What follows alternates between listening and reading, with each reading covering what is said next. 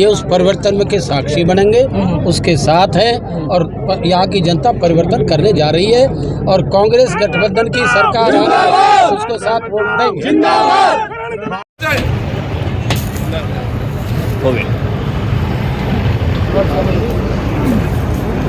और हुई समस्त सरदारी से बड़ी माला में स्वागत व सम्मान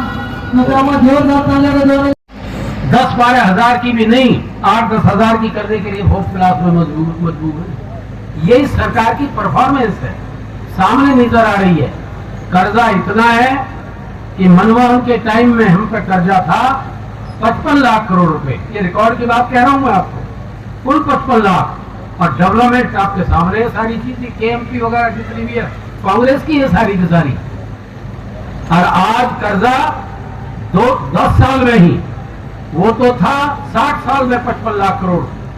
सरकारें लेती है कर्जा डेवलपमेंट के लिए, रेवेन्यू आता है, देती रहती है, काम डेवलपमेंट चलता है। आज 205 लाख करोड़ का कर्ज है। देखिए क्या हालत है। जीडीपी का 80-82% है। हमारी अर्थव्यवस्था अंदर से खोखली है, प्रचार कुछ भी करता रहे हमारी मोदी मीडिया। वास्तविकता ये उसी का कारण है। ये एक भी निर्णय अगर इस सरकार का सही रहा हो, सबसे पहले निर्णय इन्होंने लिया नोटबंदी का। क्या नोटबंदी को आप सही मान रहे हो? आज भी अगर सही थी तो 2000 का नोट बंद क्यों किया? 2000 का नोट बंद कर लिया। ये निर्णय तजर्बे उस काले धन को ठीक करने के लिए था जो इनके चहेतों के सरमाएदार के थे। असलियत तो ये है, ये बहुत बड़ा स्कैम है। अगर इसकी जांच की जाने लगे तो इन्होंने क्या दिया है देश के लिए? खाली अब ये कहते हैं कि मोदी के नाम पर वोट दे दो। अरे भाई, अच्छे कामों के लिए वोट मांगो। मोदी के नाम पर कब तक खाते रहोगे? जैसे चौराहे पे कहते हैं अल्लाह के नाम पे वोट भीख दे दो। ये काम नहीं है। काम ये है कि राष्ट्र निर्माण में आप क्या कर रहे हो। ये झूठे जुमलों से काम नहीं चलता। एक जमाना था कि पहले नंबर पर था हरियाणा प्रदेश, हर दृष्टि से, डेवलपमेंट की दृष्टि से, आय की दृष्टि से। और आज बेरोजगारी की दृष्टि से नंबर 1 है, क्राइम की दृष्टि से डेवलपमेंट कहाँ है? कर्जा हरियाणा में जब हमने सरकार छोड़ी थी कुल 70,000 के करीब था, 70,000 करोड़। कब से? जब से हरियाणा बना। और 10 साल में कितना है आपको पता है? नहीं है, पता नहीं। आप देख लिया करो, गूगल से सर्च कर लिया करो। आज जो है 3.5 लाख करोड़ से भी ज्यादा है।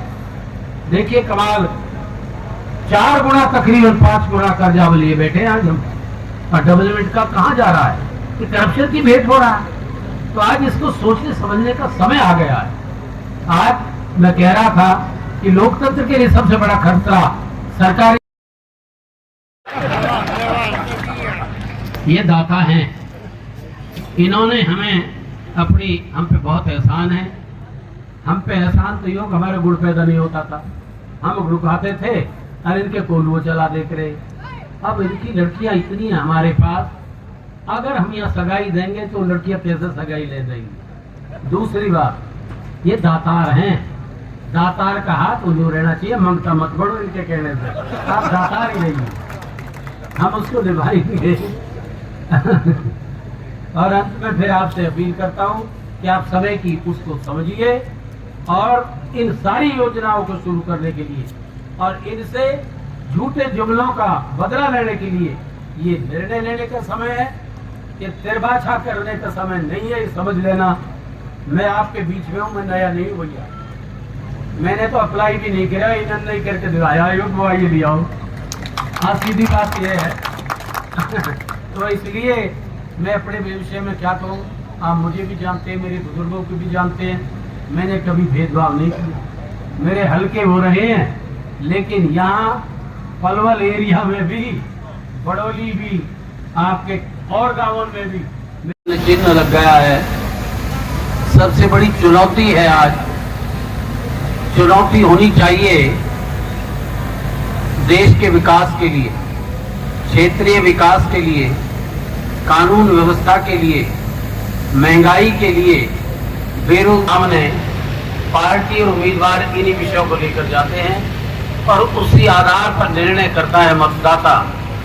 लेकिन आज सबसे बड़ी चुनौती किसकी हो गई है कि राजनीतिक द्वेष और ईर्ष्या 10 वर्ष में इतने वादे 10 वर्ष पूर्व पे किए थे, लेकिन आज जिस ढंग से राजनीतिक द्वेष जात पैदा हो रहा है हमारे सांप्रदायिक सद्भाव के लिए, वो एक सबसे बड़ी चुनौती है, कारण है इस इलेक्शन में।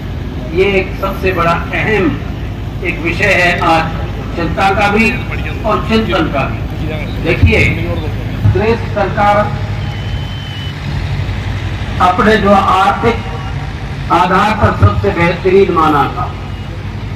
कोई भी आदमी कहीं चला गया, हर आदमी लाखों रुपए कमा के लाता था। देश की अर्थव्यवस्था इतनी मजबूत थी कि अमेरिका जैसी अर्थव्यवस्था हिल गई, लेकिन हिंदुस्तान के